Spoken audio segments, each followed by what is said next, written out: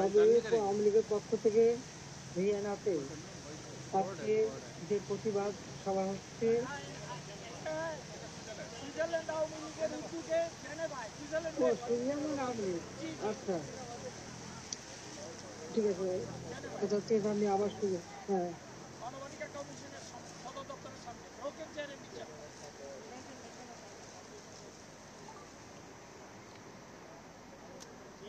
চেতাবৃত্তি। রহমান রহিম। Switzerland Awami লীগের উদ্যোগে আজকে মানবাধিকার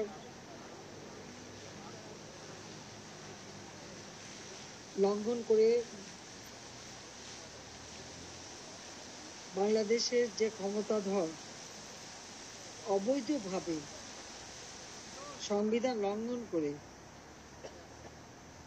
ডক্টর মোহাম্মদ ইউনূস নির্বাচিত সরকারকে সরিয়ে মেটিকুলাস ডিজাইনের মাধ্যমে নির্বাচিত সরকার সরিয়ে ক্ষমতা দখল করেছে। আর ক্ষমতা দখল করার পর থেকে একটার পর একটা হত্যাকাণ্ড ঘটিয়ে যাচ্ছে।